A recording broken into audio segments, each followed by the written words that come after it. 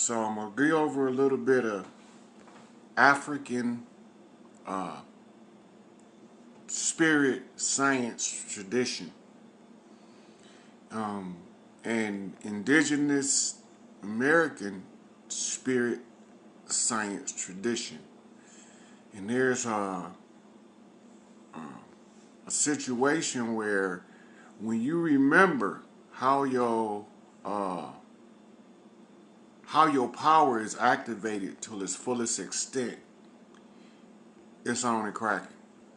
So now y'all starting to realize y'all power in doses.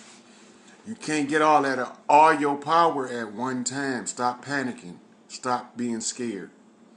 If you get it all at one time, you will harm yourself not being able to control it. So it comes in controllable increments so you can learn control of it. So the control aspect of the raw spirit power is what we've been denied, and because we haven't had control, it won't rise. So you need a certain amount of self-control. You need a certain amount of what they call spatial awareness. I mean awareness of the environment around you and how it works. So we finna get into what my sister Sika called me about yesterday. I'm not going to tell y'all the ritual in open public. The ritual is not public domain. I can only tell it to the high priestesses who will go back and teach it to the warrior women who are going to activate the deed. But however, I can tell you the physiological effects that it's going to have on the body. I can tell you why not to go to salt water, because it's going to have a lot of connections to the salt water is last. Let me tell you why you go to fresh water. All this is in the conjure. It's in the history. It's in the power base of the earth-born children of the stars, the women. When I did the video, The Right of the Earth Rights, I told y'all that the women had the right to reclaim the earth first.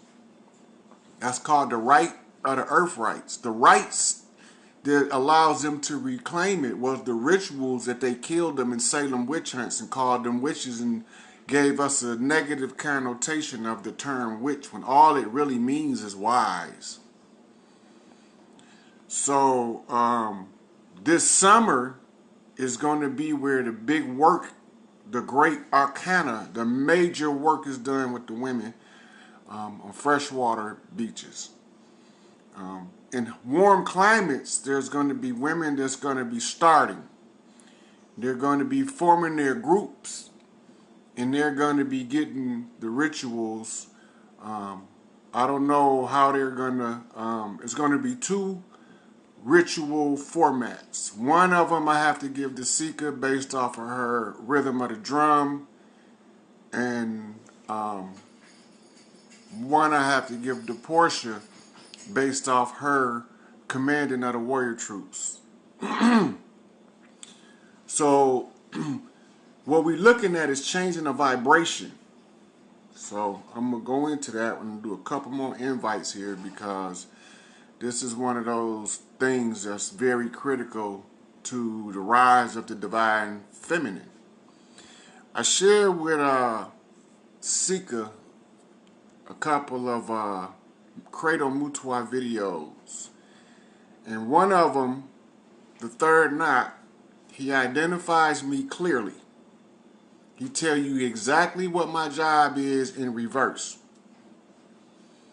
And if you don't know how to use the mirror, you could be disturbed. But he know I know what I'm doing, and he know I came to set the shit straight. So from there, I'm going to tell you a little bit about the geography of the planet as far as the difference between what a holy land is, what a promised land is, and the difference in the two, which is a mild comparative analysis. I'm almost done with my invites. I got a couple more I need to get in, and we can get started here on the subject matter. Now, let's see. Yeah, keep going. Yep, yep. Okay. Now, let me go back over my comments while I was doing my invites. Hey, Shannon, Nikki, Morpheus L, what's up? Yeah, we finna give some foundation information right now. All right, so it's gonna be real critical that that the women especially pass this. I don't care if y'all don't give it to now man. If you a woman and you want your power back, this the one.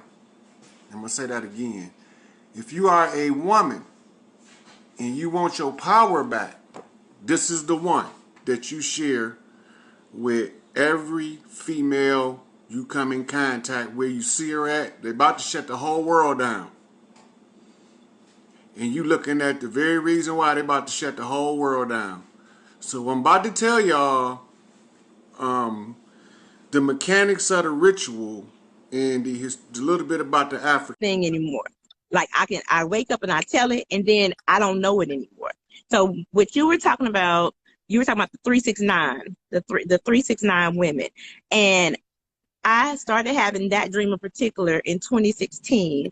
It was, I guess, 9 of us in all black, and I was in the center in the ocean. We were all in a circle, and I came out in the middle of those women. And then it paused, and then I had that dream again most recently, like a couple of weeks ago. Same dream.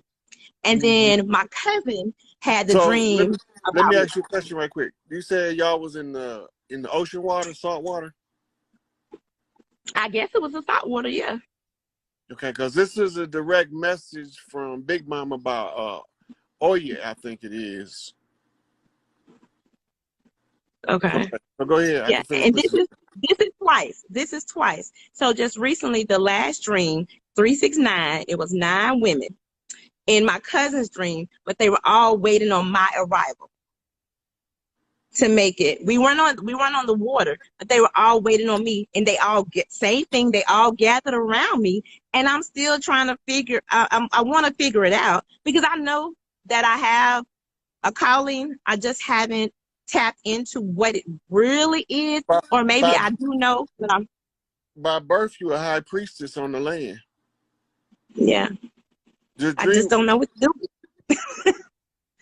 Look, it's gonna come natural to you if you okay. So you know when you was watching your children play and you was thinking about looking around, making sure it wasn't nothing coming, and you was just comfortable with them. And you was in full mother mode. Yeah. When you get in that energy, that's what's going to teach you the rest of the way. Nobody else ain't going to have to tell you nothing. Well, my kids are older now. You know, the youngest is 13 and the oldest is 19. You can still get in the energy, though. Okay. You can still get it. I feel that energy when I'm around other little kids. Right. That's that mother energy. That's the feeling that you want to try to. That's why Big Mama always got somebody's baby. Yeah. Because she's steady. She's steady operating from that energy of mother. She take in the girl down the street. She got her kids. She got her grandkids. She got her nieces and nephews. That's how can we all know to go back to Big Mama house. Because Big Mama done told us over generations and generations and generations, baby, if anything go wrong, you can always come back to Big Mama house. You can always come back to my dear house. You can always come back to Nana house. Right? You can always come back to Nana house. Right? So they've been telling us that for generations. We're not going to never forget that. Right. So when the chief started putting the pieces back to the puzzle, we know that the yellow brick road can only lead to Big Mama house. Yeah. And we know what Big Mama house feel like before we ever get there. Yes. Right? So Right. we in the back seat of the car. We going to Big Mama house. We going to Big Mama house. We gonna eat some fried chicken and cornbread at Big Mama house. We got our little songs. Yeah. The songs over time became full productions to tell us what's going on the land, no matter who's singing. Okay. Right? So the blues come from the Mississippi Delta. Most people Right. don't know that. Yes, that's right. It used to be called, when it first came up, was called the Delta Blues. The Delta Blues. That's correct. Yeah. Right? Every one of the old blues singers named Son was a chief. Really? Okay. If they had an animal attached to their name, they was a chief of that totem clan, like Howlin' Wolf. Oh, okay. Right? If they had a color, the color tell you which clan they from. Like Yellow Belly. That's an Oshun clan. He's a priest of Oshun singing music. Huh. Okay. So now it's in the culture. You can't get it out. It's like a stain on a white shirt that'll never go away. Right. We know how to read the pattern of the stain. Because we've seen the stain so many times that it's just automatic that we know. We ain't new jacks. We not new here. We grew here. And that's what it feels like. I know for me, I feel like I have been repeating this for many times, right? And now it's to the point where it's time for me to break free of from behind the scenes, from the shadow, and just come out. And I guess I was just trying to figure out the way in which to do it, because it's like I have not pressure on me, but it's pressure on me, right? Because everyone sees it in me. It's calling. It's a calling. It's on me, heavy. Yeah, because the clans are reorganizing and reforming, and they're gonna form around a Big Mama, either a queen or high priestess, or both.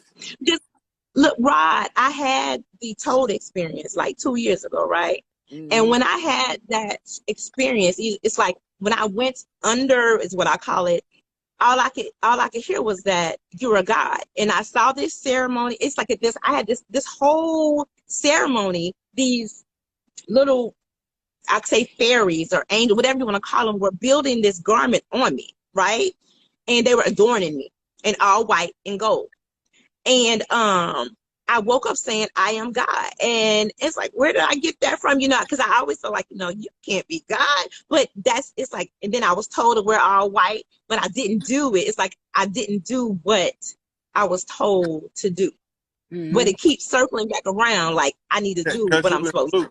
Because you're going to be in the loop until you listen. Didn't I say that? And that's what I said. I feel like I keep looping around. Yeah. You're stuck it's called monkey flip.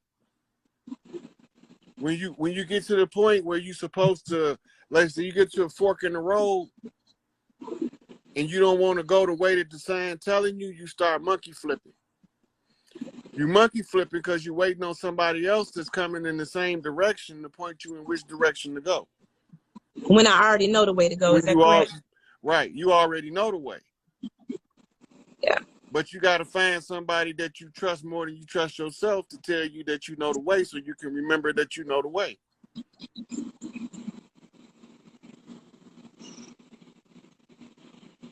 Here's what it is. Okay.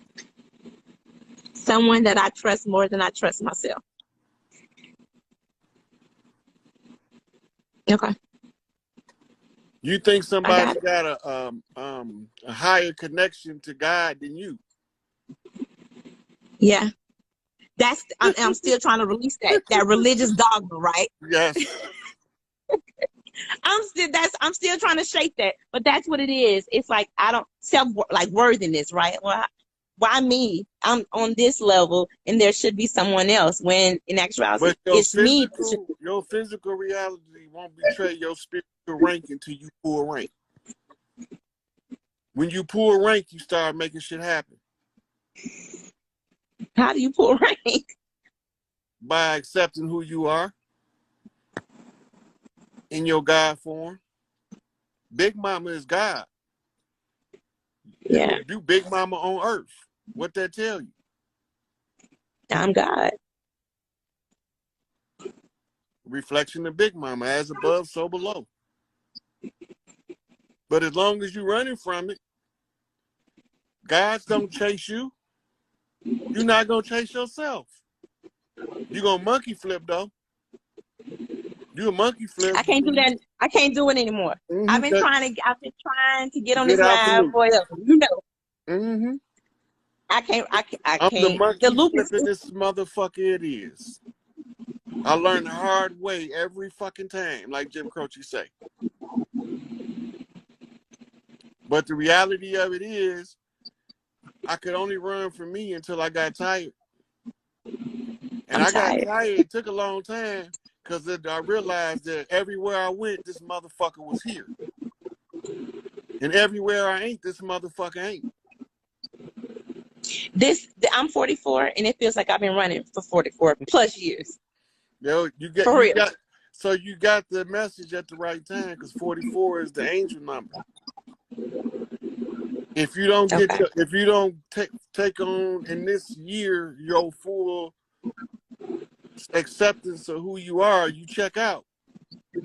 And that's what I was told, that the year 44, I needed to come from under the covers. I needed to come out, and I'm almost 45, so that makes sense.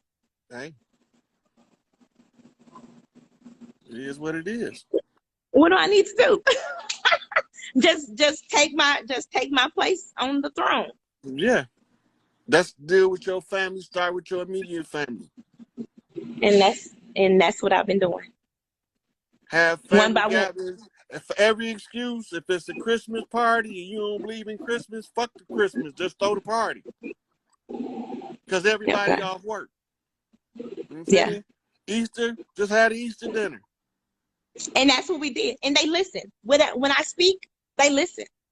You know, I'm from a family of religious Christian folk, and they staunch Christians, but they hear everything I say. Mm-hmm. The baddest preachers in the world. T.D. Jakes ain't shit without his wife. Facts. That's true. Freddie Price wasn't shit without his wife. If his wife got up and left him, it crumbled their ministry. That's true. You're right. Why is that? At the end of the day, we still know who the fuck we is. Yeah. And even if they couldn't come out and tell us who was doing the dirt because they couldn't see it clear enough, they had to tell it at the level they saw it so that we can put the pieces together. They didn't have to be 100% right. They could have been 1% right. But as long as one of the chiefs see the 1%, we can pass the message on to the other chiefs. Dr. Clark say, in our culture, a thing doesn't have to be true in order for it to carry the truth. Right. It don't have to be a true statement in order to embody the truth of an idea. Right.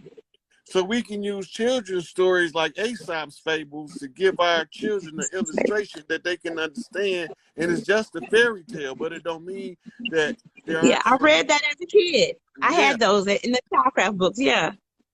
Those used to be children's stories in Egypt. Really? Yeah, them bedtime stories. You read them to the boy and girl priest. They be 4, 5 years old. If you read Aesop, I had the whole collection from a little child. My mom bought those for me, and I read them all the time. The dumbed down version is Grimm's Tales. That's the dumbed down version of Aesop's fables. They knew they was gonna be dumbing us down. If you read Aesop's fables, it reads now like college level literature. Now I have to go back and reread them. And if you read Grimm's Tales, it'll read like something you teach teenagers. Okay. But all that shit, children's stories. They supposed to be mentally mature enough at 5 and 6 years old to begin to break down Aesop's fables. And that's how old I was when my mom that's all I read. She read it to me every night. Yeah, she was preloading you for your position and your mission.